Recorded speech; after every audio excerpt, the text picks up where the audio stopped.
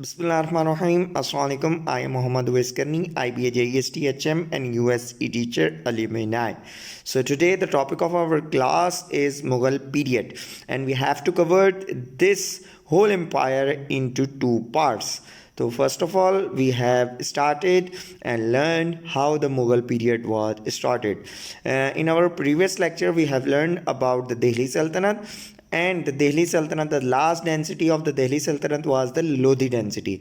ठीक है जी, लोधी डेंसिटी के बाद जो है लोधियों को डिफीट हुई थी कौन सी जंग के अंदर? The first battle of Panipat. ठीक है जी, the first battle of Panipat. The first battle of Panipat was very interesting. So इसको हम पहले ज़रा देख लें ताकि हमें कुछ अंदाज़ा हो सके. तो जी जो इब्राहिम लोधी था वो बहुत ही जालिम था, जैसा कि हमने पहले पढ़ा था. तो जी वो जालिम था और उनके जो चचा थे दौलत खान, उन्होंने जो है बाबर को इनवाइट किया था कि जी आएँ आप जी हमला करें हमारे ऊपर. I will help you. ठीक है, मैं आपकी मदद करूँगा. किसके ख़िलाफ़? अपनी ही जो है ना डेंसिटी के ख़िलाफ़. तो जी फॉट जो उस फिर नतीजे के अंदर बाबर जो थे वो आ गए थे सब कॉन्टिनेंट के अंदर to conquer the whole India. तो फिर जी जब वो पहुंच गए कौन? बाबर पानीपत के मकाम के ऊपर. पानीपत क्या है जी? एक प्लेन है. पानीपत है प्लेन. ठीक है, तो वहाँ पे एक तरफ फौज थी इब्राहिम लोधी की, दूसरी तरफ फौज थी बाबर की.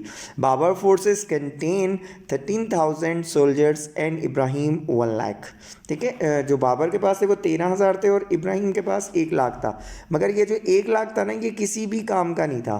ठीक है, ये सारे ज़बरदस्ती ज़ोर जबर के ऊपर लोगों को जो है ना फ़ौज के अंदर भर्ती किया हुआ था. But on the other hand जो बाबर थे उनके जो सोल्जर्स थे उनके फुली प्रिपेयर्ड थे, जंगजू लोग थे और वेल ट्रेंड थे.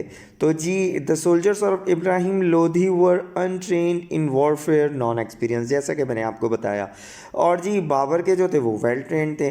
तो इसी दौरान Babur used gun powder first time in India. तो बाबर जो है फर्स्ट टाइम जो ना गन पाउडर लाए थे इंडिया के अंदर. और बाबर जो थे, बाबर ने जो है पानीपत का जो हमला था बाबर का वो 6ठी दफ़ा का था. इससे पहले बाबर जो है 5 दफ़ा हमला कर चुके थे बट वो नाकाम रहे थे. अब मैं थोड़ा सा आपको जंग के बारे में बता दूं कि जी जंग जो थी कुछ इस तरह हुई थी कि जो इब्राहिम लोधी की फ़ोर्स थी वो हाथियों की फ़ोर्स थी. ठीक है जी, हाथियों के ऊपर सवार थे. और दूसरी तरफ जो मुगलिया जो फ़ौज थी उन्होंने बड़े ट्रिक के साथ काम किया था. उन्होंने एक खंदक खोद दी थी. ये देखें जी, मैं आपको थोड़ा सा इसको एक्सप्लेन करने की कोशिश करूँ. ये मुग़ल हैं और ये लोधी हैं. ठीक है जी, ये बीच में मुग़लों ने क्या किया था, यहाँ पे बहुत सारा खड्डा मतलब एक किस्म से खंदक निकाल के और ऊपर जो है ना पत्ते डाल दिए थे. अब पत्ते जो डाल दिए, जैसे ही इब्राहिम लोधी की जो है फ़ौज आगे बढ़ी, क्योंकि 1 लाख थी, इधर तो 13,000 लोग थे, तो जैसे ही उन्होंने कहा हम हमला कर देते हैं पहले. तो जैसे इब्राहिम लोधी की फ़ौज आगे बढ़ी तो इस खड्डे के अंदर जब हाथी जो गिरे, तो जब हाथी गिरे अगले हाथी नीचे गिरे तो वो थोड़ा सा शोर मच गया और हाथी दूसरे हाथियों से डर के पीछे भागना शुरू हो गए. तो ये जो जब पीछे भागना शुरू हुए ना, तो वो इब्राहिम लोधी की फ़ौज के अंदर ही एक हलचल मच गई. अब जैसे ही हलचल मची तो मुग़ल जो बाबर थे, बाबर जी वो गन पाउडर लेके आए हुए थे और जी अपनी तोपें छुपा के रखी हुई थी उन्होंने. तो उन्होंने एकदम तोपें लाई और क्या कहते हैं यहाँ से गन पाउडर के समेत यहाँ पे फायरिंग करना शुरू की, गोले बरसाना शुरू कर दिए. अब गोले भी जाके इधर बरस रहे हैं और पहले इधर भगदड़ मची हुई है. हाथी पहले ही परेशान, ऊपर से आग के गोले फर्स्ट टाइम आके उन्होंने आसमान से गिरते हुए देखे सब कॉन्टिनेंट के ऊपर. ये फर्स्ट टाइम था तो उन्होंने अपने हवास ही जो है ना खो दिए. तो इब्राहिम लोधी की जो अपनी फ़ौज थी वो अपने हाथियों से ही कितनी मर चुकी थी. उसके बाद इब्राहिम लोधी ने जी जो हमला किया था, हमला जो स्टार्टिंग वाला था वो बहुत ख़तरनाक था. फिर इब्राहिम लोधी खुद लीड करते हुए आगे आ गए थे. जब खुद लीड कर रहे थे तो खुद लीड करते हुए उन्होंने फिर जब आगे निकले तो इधर से मुगलिया फ़ौज थी. तो बाबर जो थे वो बड़ा डिफेंसिव होकर खेल रहे थे क्योंकि जो है फ़ौज उनकी बहुत कम थी, तो उन्होंने को एहतियात बरतनी थी. इब्राहिम लोधी के पास फ़ौज बहुत ज़्यादा थी तो वो इस तरह जो है ना बड़े मतलब कॉन्फिडेंस के साथ खेल रहे थे कि हमारी तो फ़ौज बहुत ज़्यादा है तो हम ये लड़ाई जीत जाएंगे. तो बट जी हुआ क्या, जैसे इब्राहिम लोधी आगे बढ़े तो आगे से ही मुगलिया फ़ौज ने इब्राहिम लोधी को कत्ल करके रख दिया। जैसे ही कत्ल कर दिया, पीछे पहले ही अनट्रेंड लोग थे और भगदड़ मची हुई थी, पहले ही बहुत खून बह चुका था, तो वो सारे ही लोग वापसी चले गए। और इस तरह जो बाबर थे, he was the victorious of the first battle of Panipat, and in the aftermath of the first battle of Panipat the Mughal empire was established in the subcontinent. ठीक है जी। तो इस तरह जी जो बाबर ने जो है मुगलिया सल्तनत सब कॉन्टिनेंट के अंदर कायम की।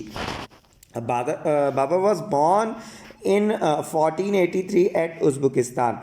In 1526, Babur defeated Ibrahim Lodi, last ruler of Lodi dynasty, in first battle of Panipat. ठीक है जी, बिल्कुल। He brought gunpowder to India. Yes. In 1527, he fought the Battle of Khanwa. In this battle, he defeated brave Rajput King Rana Sanga, King of Gujarat. तो जी जो बाबर का जो rain था ना, वो तकरीबन जंगों के अंदर ही रहा, क्योंकि फॉरेन से आए थे, मतलब इस इलाके के नहीं थे, तो यहाँ के जो लोग थे वो इस चीज़ को बर्दाश्त नहीं कर रहे थे। तो इसी तरह ही जी जो राजपूत थे, उनके एक किंग थे राणा संगा, जो कि किंग ऑफ गुजरात के थे, उन्होंने एक बैटल लड़ी थी बाबर के साथ, और इसमें भी वो हारे थे और बाबर जीते थे। उसके बाद जी बाबर का जो रेन है वो सिर्फ 4 साल तक रहा है। ठीक है, 1526 से 1530 तक रहा है, सिर्फ 4 साल का बहुत छोटा सा रेन है। उसके अंदर उन्होंने मोस्टली जंग्स ही लड़ी हैं। उसके बाद जी इनकी he wrote his autobiography Tuzk-e Baburi written in Turki language. तो ऑटोबायोग्राफी किसे कहते हैं कि वो शख्स जो अपनी ज़िंदगी का हाल खुद ही लिखे, वो है ऑटोबायोग्राफी, और अगर कोई दूसरा लिखे तो वो है बायोग्राफी। तो Baburnama is an autobiography. This autobiography translated in Persian language by Rahim Khan-e Khana called Baburnama. तो इसकी जी जो पर्शियन लैंग्वेज के अंदर ट्रांसलेशन है उसे बाबरनामा कहा जाता है। तो Babur died in Agra in 1530 but tomb at Kabul Afghanistan. ये टेस्ट के अंदर अक्सर सवाल आता है कि बाबर पैदा उज़्बेकिस्तान हुए, फौत आगरा के अंदर हैं, बट उनकी कब्र काबुल के अंदर। तो ये वाला पॉइंट आप लोगों ने जहन में लाजमी तौर पे रखना है, टेस्ट में अक्सर इस तरह से सवाल आ जाते हैं। तो बाबर के बाद उनके बेटे की बारी थी, और बेटे का नाम था Humayun. Humayun was the second ruler of Mughal dynasty. He was born in 1508 Kabul. Rain इनका दो जो है ना डिफरेंट पीरियड्स के अंदर डिवाइडेड था, क्योंकि बीच के अंदर सूरी डेंसिटी आ गई थी, जो कि अभी हम आगे पढ़ेंगे। कौन सी डेंसिटी आ गई थी? सूरी डेंसिटी।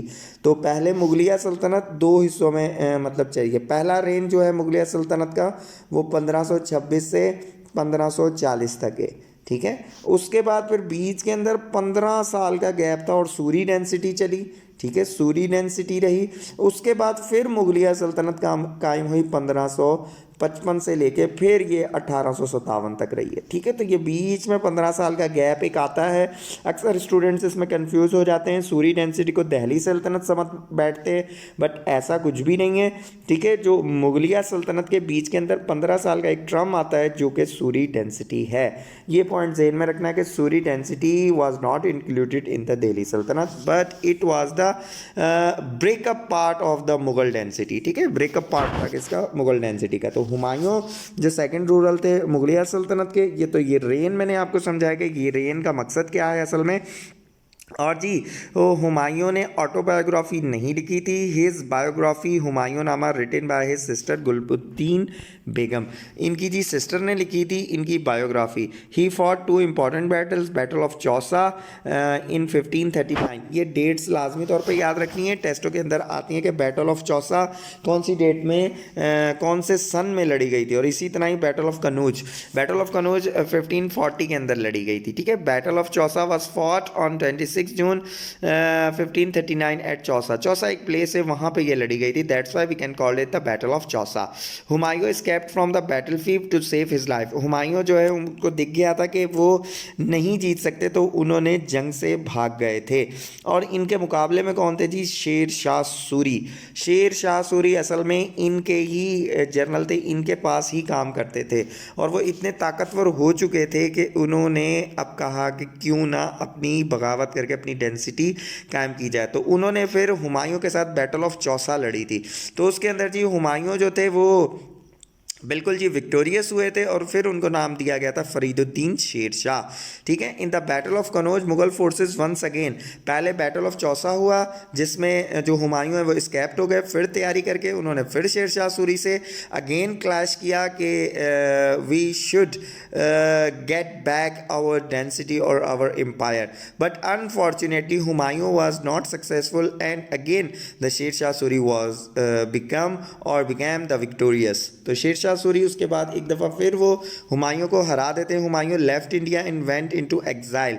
तो हुमायूं ने क्या किया जी, वो वहाँ से बिल्कुल जी छोड़ गए, सेल्फ एग्जाइल के ऊपर वो जो है ना इंडिया को छोड़ गए। ही remained in exile for the next 15 years. वो तकरीबन 15 साल तक जो है ना एग्जाइल के अंदर रहे थे, इसी कश्मकश में रहे थे कि जी मुझे जो मेरी सल्तनत है वो मुझसे छिन गई, और मेरा ही एक जनरल आके उन्होंने क्या किया जी, मुझे बाहर निकाल के फेंक दिया। तो 15 साल तक वो जिला वतन रहे थे, कहाँ से, इंडिया से। Humayun was defeated by the new Afghan leader, जी बिल्कुल जैसे बताया, Sher Shah. Sher Shah was the rebellious Mughal governor in Punjab. वो मैंने आपको बताया था कि गवर्नर थे। ठीक है, गवर्नर कहाँ के थे, पंजाब के गवर्नर थे। ही स्केप टू ईरान, और इन्होंने 15 साल तक अपनी जो है वो क्या की जी, अपनी जिलावतनी खुद ही काटी। He captured Delhi from Adil Shah Suri, last ruler of Suri dynasty 1555 AD. After some months he died falling from his stairs of his library in 1566 AD at Delhi. ठीक है जी। अब ये हुमायूं के बारे में लिखा हुआ है कि हुमायूं ने फिर क्या किया था, 15 साल के बाद आदिल शाह सूरी जो थे last ruler of Suri density थे, आगे हम पढ़ेंगे, बट ये मैं आपको बता रहा हूँ। जो बीच में मैंने आपको पीरियड बताया था ना 1555 में, तो सूरी डेंसिटी के लास्ट रूरल थे उस टाइम पे मोहम्मद आदिल शाह। उनसे लड़े थे और उनसे लड़के उन्होंने क्या किया था जी, अपनी दोबारा डेंसिटी मतलब मुगलिया सल्तनत कायम कर दी थी सब कॉन्टिनेंट के ऊपर। आफ्टर सम मंथ्स, और उसके बाद वो जी खुद ही अपनी लाइब्रेरी के अंदर गिर के और फौत हो गए थे स्टेट्स के ऊपर से दिल्ली के अंदर। कौन जी, ये हुमायूं की बात हो रही है। हुमायूं की एज कितनी थी, 45 साल।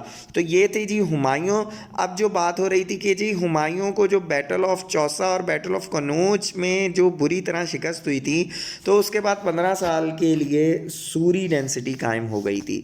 सूरी डेंसिटी में Sher Shah Suri was the victorious in battle of Kannauj as well as battle of Chausa. और उसके बाद वो गवर्नर थे पंजाब के, तो उन्होंने अपनी फिर ताकत मनवाई और अपनी डेंसिटी का आगाज़ किया। तो जी इनका जो कैपिटल था वो बिहार था। इनकी सूरी डेंसिटी का जो कैपिटल था वो बिहार था। ओरिजिनल नेम शेर शाह सूरी का क्या है, most repeated question, Farid Khan. ठीक है, शेर शाह सूरी का ओरिजिनल नेम क्या है, Farid Khan. Most intellectual person and impressed Jamal Khan, twitter of his father Hasan. तो जी ये क्या थे जो इनको मोस्ट इम्प्रेस्ड किया था, जमाल खान से जमाल खान इनसे बहुत इम्प्रेस्ड हुए थे, जो कि ट्यूटर थे इनके फादर के। ठीक है, ये शेर शाह सूरी के बारे में बात हो रही है। After the death of his father all jagir granted to Farid in 1520। तो इनके जो फादर थे हसन, अब ये भी आप जहन में बात रख लें कि what is the father's name of the Sher Shah Suri, तो हसन। तो उनकी डेथ के बाद जो जितनी भी सल्तनत थी वो सारी ट्रांसफ़र हो गई जी किसको, शेर शाह सूरी के अंदर।